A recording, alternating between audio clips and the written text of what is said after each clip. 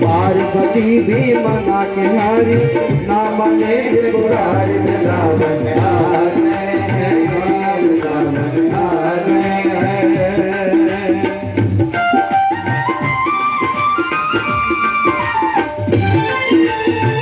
दोनों हाथ में ताली बजाते हुए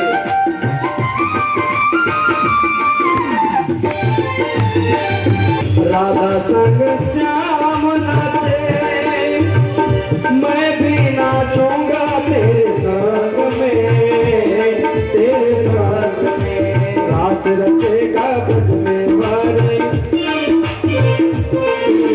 रास रचेगा ब्रज में वारी, हमें दिखाओ प्यार वृंदावन आ गए हैं, वृंदावन आ गए हैं। एक दिशा भोले भंडारी बन करके ब्रजधारी वृंदावन आ गए हैं, वृंदावन आ गए हैं।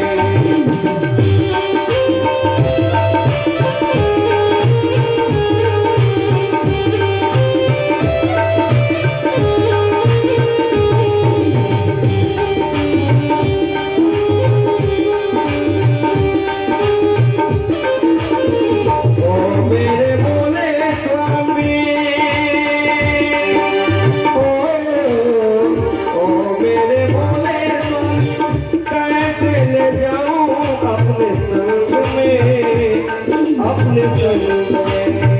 मोहन के सिवा वहाँ कोई पुरुष ना जाए संग में, हाँ संग में। हंसी करेगी, हंसी करेगी ब्रज की नारी, मान बात हमारे वृंदावन आ गए, वृंदावन आ गए। एक दिशा भोले भंडारी बन करके ब्रजधारी वृंदावन आ गए हैं, वृंदावन आ गए। पार्वती भी बना बिहारी, हमारे त्रिपुरारी वृंदावन आ गए हैं, वृंदावन आ गए, ओ वृंदावन आ गए हैं, वृंदावन आ गए। रास भगवान की जय। तो भोले बाबा भी गोपी बन करके आए हैं। अच्छा, पुरुष तो पुरुष ही होता है। जब गोपियों के बीच भोले बाबा नाचना शुरू किए तो साड़ी वाड़ी तो संभाल ही नहीं पाए, और साड़ी नहीं संभाल पाए और जटा दिखाई पड़ गया भगवान श्री कृष्ण को। तो भगवान श्री कृष्ण ने भोलेनाथ का जटा पकड़ करके कहा, कहो भोले बाबा आप भी आए गए गोपी बन करके। अब तो भोले बाबा लज्जित हो गए। तो भगवान श्री कृष्ण ने कहा, भोले बाबा जब आप गोपी बन करके आ ही गए हो तो आपको अब मेरे किसी वृंदावन में रहना पड़ेगा गोपी बन करके। आज ही आप वृंदावन में जाओगे तो ज्ञान गदड़ी मोहल्ला में गोपेश्वर महादेव जी का मंदिर है, जहाँ आज भी शिव जी का बढ़िया साड़ी वाड़ी पहनाया जाता है, नित्य उनका बढ़िया स्त्रियों का श्रृंगार उनको कराया जाता है। आज भी वहाँ गोपेश्वर महादेव को सिंदूर लगाया जाता है, चूड़ी पहनाया जाता है, साड़ी पहनाया जाता है। बोले गोपेश्वर महादेव की जय। तो भगवान ने गोपियों को रास में प्रसन्न किया, काम को परास्त किया। अच्छा, तो गोपियों ने रो करके पुकारा तो भगवान से कृष्ण पुनः प्रकट हुए। तो गोपियों ने भगवान से कहा, गोविंद एक बात बताओ, संसार में प्रेमी कितने प्रकार के होते हैं?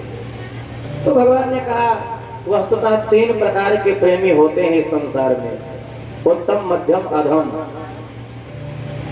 एक तो वो होते हैं जो प्रेम करने वाले से प्रेम करते हैं, और एक वो होते हैं जो स्वार्थवश प्रेम करते हैं, और एक वो भी होते हैं जो निस्वार्थ प्रेम करते हैं। जो उत्तम क्वालिटी के जो प्रेमी होते हैं वो अपने सामने वाले से कुछ चाहते नहीं हैं, और जहां प्रेम में कुछ पाने की इच्छा हो तो वो असली प्रेम नहीं हो सकता है।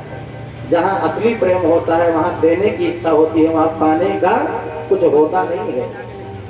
तो एक संसार में वो होते हैं जो स्वार्थवश प्रेम करते हैं दूसरे से, एक वो होते हैं प्रेम करने वाले से प्रेम करते हैं, और एक प्रेमी वो होते हैं जो निस्वार्थ भाव से प्रेम करते हैं। गोपियों ने कहा, आप कौन से प्रेमी हो? तो भगवान ने कहा, ना तो हम किसी से प्रेम करते हैं, ना तो किसी से बैर करते हैं। ये यथा माम प्रपद्यन्ते तास तथैव भजाम्यहम्। जैसा दुनिया वाले मुझे याद करते हैं वैसा मैं उनको भी याद करता हूँ। भगवान भक्त तत्परा, भक्त जैसे भगवान को भजते हैं, भगवान उनको भी वैसे भजते हैं। भगवान ने कहा एक चौथे प्रकार के प्रेमी होते हैं, एक चौथे प्रेमी एक और होते हैं जिनको साधु महात्मा कहा जाता है।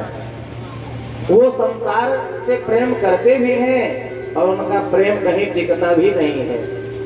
तो जो चौथे प्रकार के प्रेमी होते हैं, चौथे नंबर वाले प्रेमी, वो तीनों प्रेमियों से ऊपर उठे हुए होते हैं। सारा संसार भगवान का रूप है तो प्रेम करते भी हैं, लेकिन उनका प्रेम कहीं वासना का रूप नहीं लेता है। बोले भक्त और भगवान की जय। अरे थोड़ा टाइट होकर के बैठिए, कैमरा वाले लगे हुए हैं, ऐसे मुंह लटका करके बैठोगे तो बेइज्जती हो जाएगा, कैसेट बन रहा है।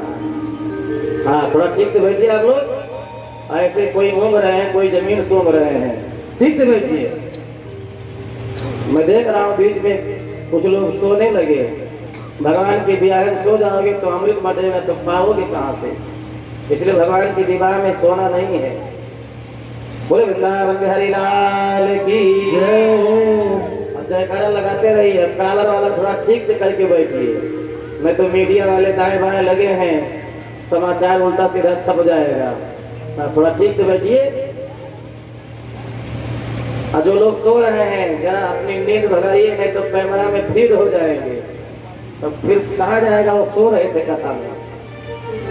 निंदिया बागी कर जइयो जागर राम भजन न हो। निंदिया बागी कर जइयो जागर राम भजन न हो। जागर राम भजन न हो, जागर राम भजन न हो। ओ निंदिया बागी कर जइयो जागर राम भजन न हो। बोलो राम राम राम, बोलो राम राम राम, बोलो राम।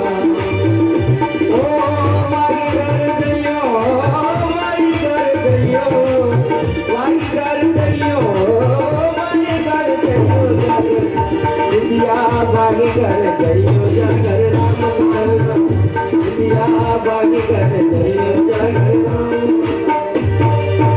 बोले भक्तवत्सल भगवान की जय हो। तो आज तो आप लोग भगवान के विवाह की कथा सुनोगे, अब कल भी बहुत बढ़िया कथा होगी। ऐसा नहीं कि खाली आज ही कथा सुनो, कल तो बहुत बढ़िया उत्सव मनाया जाएगा।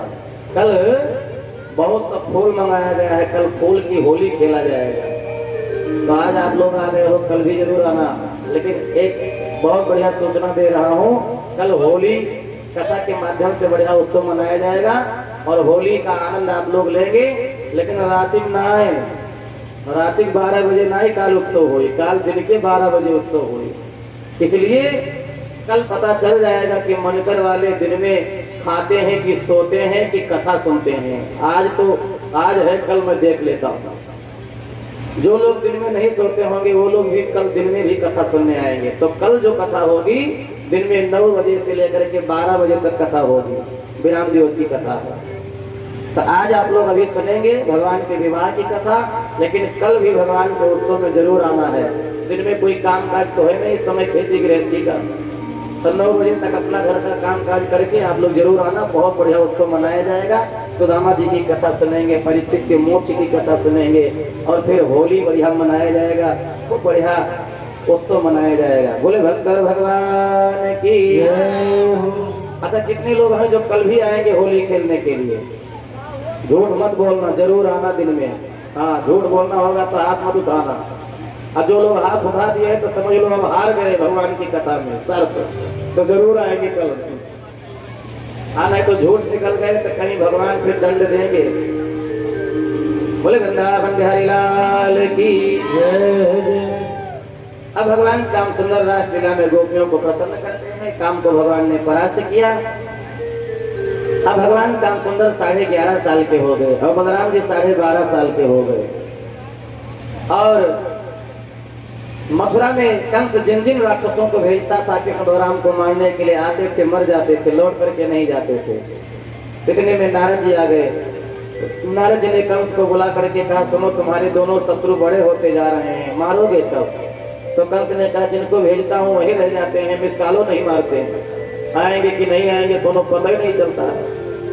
तो भगवान नारद जी ने कहा काम करो, शत्रु को अब किसी को मत भेजो मारने के लिए, उन्हीं को यहाँ बुला लो। कंस ने कहा ठीक है बुला लूंगा। और नारद जी ने कहा सुनो, अग्नि से सम, ऋण से सम, व्याधि से सम तथैव च पुनः पुनः प्रवर्तन्ते तस्मात् से सम न कारयेत्। अग्नि को कभी गर्मी में शेष नहीं छोड़ना चाहिए। दरवाजे पर आग जलाओ गर्मी में, और ऐसे छोड़ देवो, अब आंधी चली तो आग उड़ी तो पूरे गांव में आग ही लग जाएगी। ये लिखा है आग को शेष नहीं छोड़ना चाहिए।